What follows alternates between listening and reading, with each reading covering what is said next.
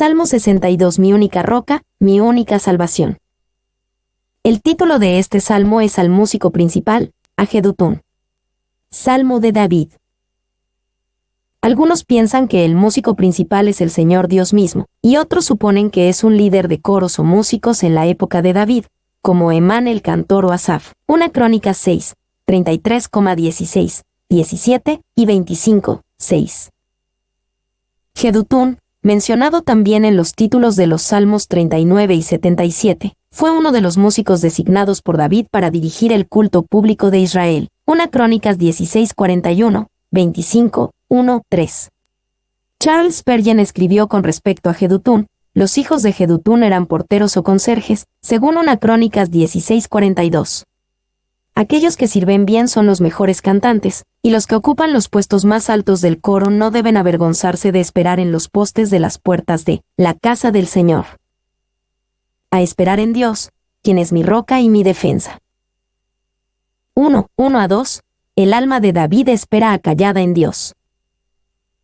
En Dios solamente está callada mi alma. De Él viene mi salvación. Él solamente es mi roca y mi salvación. Es mi refugio, no resbalaré mucho. En Dios solamente está callada mi alma. El énfasis en esta línea es un silencio rendido ante Dios y solo Dios. La palabra solamente a menudo se traduce como solo o solamente y parece tener ese sentido aquí. Y es difícil ver esto en el texto en inglés, porque el hebreo es casi intraducible, pero en el texto hebreo la palabra solo o solamente aparece 5 veces en los primeros 8 versículos, en los versículos 1, 2, 4, 5, 6, y una vez en el versículo 9, bois. Kidner dijo de esta palabra hebrea acá, es un enfatizador, para subrayar una declaración o señalar un contraste. Su repetición insistente le da al salmo un tono de especial seriedad.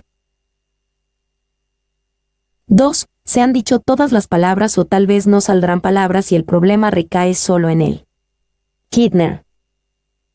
3. La mente natural es siempre propensa a razonar, cuando debemos creer, a estar en acción, cuando deberíamos estar quietos, a seguir nuestro propio camino, cuando debemos caminar firmemente en los caminos de Dios.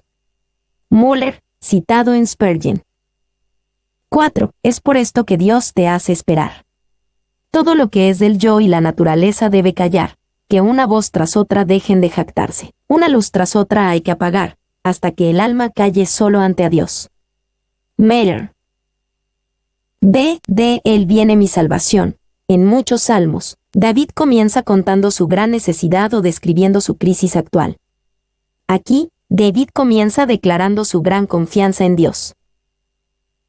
Y el Salmo 62 parece provenir de un tiempo de angustia, pero no le pide nada a Dios. Está lleno de fe y confianza, pero no tiene miedo, ni desesperación, ni petición. 2.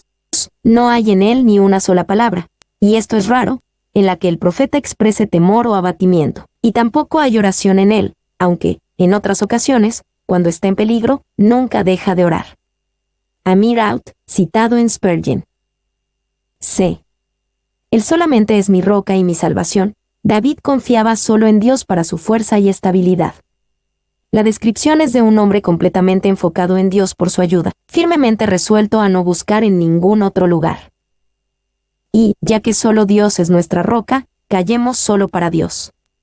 Morgan. 2. Es mi refugio, fortaleza. El creyente probado no solo permanece en Dios como en una roca cavernosa, sino que habita en él como guerrero en alguna torre valientemente desafiante o castillo señorial. Spurgeon. 2. 3-4. David se queja ante sus enemigos y de sus enemigos. ¿Hasta cuándo maquinaréis contra un hombre, tratando todos vosotros de aplastarle como pared desplomada y como cerca derribada? Solamente consultan para arrojarle de su grandeza, aman la mentira, con su boca bendicen, pero maldicen en su corazón. Seo. ¿Hasta cuándo maquinaréis contra un hombre? La fe de David estaba solo en Dios, pero tenía palabras para sus enemigos. Él los reprende por su loca perseverancia en atacarlo, y les advierte del juicio venidero, tratando todos vosotros de aplastarle. Como pared desplomada y como cerca derribada, la imagen de David es lo suficientemente clara, pero hay desacuerdo entre traductores y comentaristas sobre a quién se aplica. La versión Reina Valera 1960 presenta a los oponentes de David como pared desplomada y como cerca derribada. Otros piensan que el mismo David era la pared desplomada, en su debilidad injustamente impuesta por sus enemigos. Y Spurgeon le dio el sentido de lo primero. Los perseguidores jactanciosos se hinchan de orgullo, pero son solo como una pared abultada lista para caer desplomada. Se inclinan hacia adelante para apoderarse de su presa, pero es solo como una valla tambaleante que se inclina hacia la tierra sobre la que pronto yacerá por largo tiempo. Spurgeon. 2. La versión estándar en inglés da el segundo sentido. ¿Cuánto tiempo atacarán todos a un hombre para golpearlo, como una pared inclinada, una valla que se tambalea? Se solamente consultan para arrojarle de su grandeza. David describe a sus enemigos como aquellos que solo piensan en un asunto si se trata de derribar a un hombre de Dios. Eran mentirosos, especialmente en el sentido de tener dos caras. Con su boca bendicen, pero maldicen en su corazón. 3. 5-6. La tranquila confianza de David solamente en Dios. Alma mía, en Dios solamente reposa, porque de Él es mi esperanza, Él solamente es mi roca y mi salvación. Es mi refugio, no resbalaré, en Dios está mi salvación y mi gloria, en Dios está mi roca fuerte y mi refugio. Alma mía, en Dios solamente reposa. En las primeras líneas del Salmo, David dijo que este era el estado de su alma. Aquí le habla a su alma, diciéndole que permaneciera en ese lugar de confianza y entrega a Dios. La esperanza completa de David estaba puesta en Dios. Y David ahora se insta a sí mismo al silencio que declaró sencillamente en el versículo 1. Kidner. 2. En Dios solamente. No confían en Dios en absoluto los que no confían solamente en Él. El que esté con un pie sobre una roca y otro pie sobre arenas movedizas, se hundirá y perecerá, con tanta certeza como el que está con ambos pies sobre arenas movedizas. David sabía esto y, por lo tanto, clama fervientemente en su alma, porque su asunto era en su mayoría interno, para confiar solo en Dios. B. Él solamente es mi roca y mi salvación. David se reafirma a sí mismo repitiendo las líneas del Salmo 62, 2. Era verdadero para David y quería que siguiera siendo así. Y es mi refugio, no solo mi defensor, sino mi verdadera protección. Spurgeon. C. No resbalaré. David repite la idea del Salmo 62, 2, pero con esta pequeña variación. En el versículo 2 escribió, no resbalaré mucho. En este versículo parece llegar a una posición aún más fuerte, no resbalaré. Y puede haber un significado profundo en la leve omisión de mucho en el segundo estribillo. La confianza ha crecido. Maclaren. D. En Dios está mi refugio. El énfasis nuevamente refleja la decisión de David de no confiar en nada ni en nadie más. Solo Dios es su salvación, su gloria, su roca fuerte y su refugio. Sentimos que David estuvo tentado a confiar en muchas cosas diferentes, pero se negó y mantuvo su expectativa solo en Dios.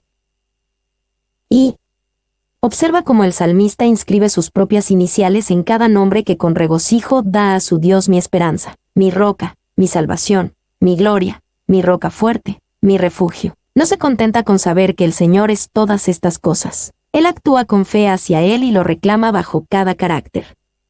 Spurgeon. B. David enseña a otros y se enseña a sí mismo. 1.8. Enseñar a la gente a confiar en Dios. Esperad en Él en todo tiempo, oh pueblos, derramad delante de Él vuestro corazón, Dios es nuestro refugio. Sea. Esperad en Él en todo tiempo, oh pueblos. David sentía que lo que era bueno para él también era bueno para los demás. Como líder del pueblo de Dios, les habla con sabiduría, recordándoles que Dios era digno en todo tiempo de su espera en Él. Y exhorta a otros a buscar los consuelos que David encontró, con fe y oración. Spurgeon. B. Derramad delante de Él vuestro corazón. La fuerza y la estabilidad de Dios hacían que David pensara correctamente en Él como una roca. Sin embargo, Dios no era insensible ni indiferente como una roca. Dios invita a su pueblo a derramar su corazón, sus dolores, sus alegrías, su confianza y sus dudas, todo eso delante de Él. Y viértelo como agua. No como la leche, cuyo color permanece. No como el vino, cuyo sabor permanece. No como la miel, cuyo sabor permanece. Sino como agua, de la cual, cuando se vierte, no queda nada. Leblanc, citado en Spurgeon. C. Dios es nuestro refugio. Él da la bienvenida al corazón derramado, así como las ciudades de refugio acogían al hombre perseguido en el antiguo Israel. 2, 9-10. Enseñanza para la gente sobre en qué no confiar. Por cierto, vanidad son los hijos de los hombres, mentira los hijos de varón. Pesándolos a todos igualmente en la balanza serán menos que nada, no confiéis en la violencia, ni en la rapiña, no os envanezcáis. Si se aumentan las riquezas, no pongáis el corazón en ellas. Por cierto, vanidad son los hijos de los hombres, mentira los hijos de varón. Este salmo habla mucho de confiar solo en Dios. Ahora David explica por qué era importante no confiar en el hombre. David entendía que, no importa la posición de los hombres, en conjunto son menos que nada. No hay sustancia digna de confianza. Y los hombres comunes no pueden ayudar. Son vanidad, y es una locura confiar en ellos, porque, aunque estén dispuestos, no tienen capacidad para ayudarte. Los ricos son una mentira. Prometen mucho, pero no hacen nada. Te hacen tener esperanza, pero se burlan de tus expectativas. Clarke. 2. Sin embargo, es posible que David no pretendiera que el lector entendiera una distinción entre hombres de baja posición y hombres de buena posición. Puede ser simplemente una expresión de la repetición poética y el paralelismo hebreos. La distinción de hombres de baja cuna y de alta cuna se basa en las diferentes palabras para hombre en el TM, texto masorético, Adán e Ish, 62, 9, CF 49, 2. Pero es igualmente posible tratar ambas partes del 62, 9 como una referencia general a la humanidad. La humanidad no es más que un soplo, la humanidad no es más que una mentira. Benchmeren. 3. El punto, entonces, no es tanto que no tengamos nada que temer del hombre, como en el Salmo 27, 1 y siguientes, sino que no tenemos nada que esperar de él. Kidner. B. No confiéis en la violencia, ni en la rapiña, no os envanezcáis. David había visto a hombres avanzar por caminos crueles o deshonestos. Advierte a la gente en contra de esto, entendiendo que los resultados nunca justifican el mal utilizado para obtener los resultados. C. Si se aumentan las riquezas, no pongáis el corazón en ellas. Como rey, David terminó siendo un hombre muy rico, aunque la mayor parte de sus primeros años los vivió en una profunda pobreza. David sabía lo que era ver aumentadas las riquezas, y conocía la insensatez de poner el corazón en ellas. Es posible tener una gran riqueza sin confiar en esas riquezas, pero no es fácil. Y, si crecen de manera honesta y providencial, como resultado del éxito industrial o comercial, no le presten mucha atención a la circunstancia, no se exalten excesivamente, no fijen su amor en sus bolsas de dinero. Spurgeon. 2. Hay al menos 3 formas en las que uno puede poner el corazón en las riquezas. Disfrutar excesivamente las riquezas, convirtiéndolas en la fuente de alegría para la vida. Poner la esperanza y la seguridad de uno en las riquezas. Volverse orgulloso y arrogante a causa de las riquezas. 3. Ya sea que se hayan ganado con razón o sin ella, se utilizan incorrectamente si se confía en ellas. Maclaren. 4. Las riquezas son en sí mismas cosas pasajeras. Por tanto, deberían tener solo nuestros pensamientos pasajeros. Carroll, citado en Spurgeon. V. Así como no debemos descansar en los hombres, tampoco debemos descansar en el dinero. La ganancia y la fama son solo una parte de la espuma del mar. Spurgeon. B. 1 Timoteo 6:17 y siguientes pueden estar aludiendo a este versículo en su propio cuidadoso tratamiento del tema. Kidner. 3. 11-12, David se enseña a sí mismo sobre el poder y la misericordia de Dios. Una vez habló Dios, 2 veces he oído esto, que de Dios es el poder, y tuya, oh Señor, es la misericordia, porque tú pagas a cada uno conforme a su obra. Una vez habló Dios, 2 veces he oído esto, que de Dios es el poder. Esta verdad estaba profundamente arraigada en el alma de David. A través de la repetición él comprende que de Dios es el poder y de nadie más.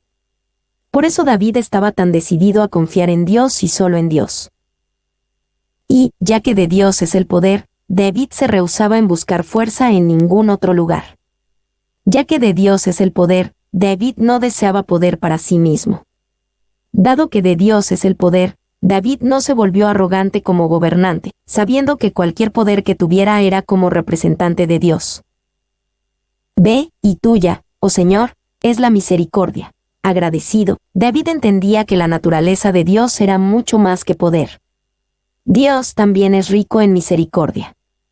Así como los hombres pueden y deben buscar poder en Dios, también deben buscar misericordia en Él. Y misericordia traduce una de las grandes palabras del Antiguo Testamento, his. Quizás se pueda traducir mejor como amor, bondad o amor leal.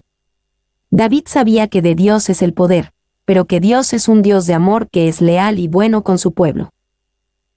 2. El segundo atributo solía traducirse como misericordia, pero el versículo 12 deja particularmente claro que esta palabra, his, tiene su base en lo que es verdadero y confiable. Está estrechamente relacionada con el cumplimiento de los pactos, de ahí las traducciones modernas, amor inquebrantable o amor verdadero. Kidner. 3. David dice que ha aprendido 2 lecciones, que Dios es fuerte y que Dios es amoroso. Boyce. 4. Esto significaba que David no esperaba misericordia del hombre. Si llegaba, estaba complacido, pero sabía que en última instancia, este gran pacto de amor, misericordia, pertenecía a Dios. Este tierno atributo endulza el gran pensamiento de su poder. La fuerza divina no nos aplastará, sino que será utilizada para nuestro bien. Dios está tan lleno de misericordia que le pertenece, como si toda la misericordia del universo viniera de Dios, y aún así la reclamara como su posesión. Spurgeon. Esta es la única representación verdaderamente digna de Dios. El poder sin amor es brutalidad y el amor sin poder es debilidad. El poder es la base sólida del amor, y el amor es la belleza y la corona del poder. Perauné, citado en Boyce. 7. El poder de Dios es más que la fuerza de los adversarios. La misericordia de Dios equivale a tratar con todas las necesidades del alma que falla. Morgan. C. Porque tú pagas a cada uno conforme a su obra. Normalmente no pensamos en esto como una expresión de la misericordia de Dios. De alguna manera suena más como el juicio de Dios. Sin embargo, David tenía en mente al buen hombre o mujer cuya bondad es despreciada por este mundo. El Dios de misericordia recompensaría su bondad, incluso en una medida relativa, cuando el mundo la ignorara o la rechazara. Y el hombre no nos ayuda ni nos recompensa. Dios hará ambas cosas. Spurgeon. 2. Para toda la humanidad. Por lo tanto, el profeta recomienda aquí la meditación sobre estos 2 temas más interesantes, el poder de Dios para castigar el pecado y su misericordia para perdonarlo. El miedo al primero engendrará el deseo del segundo. Horn.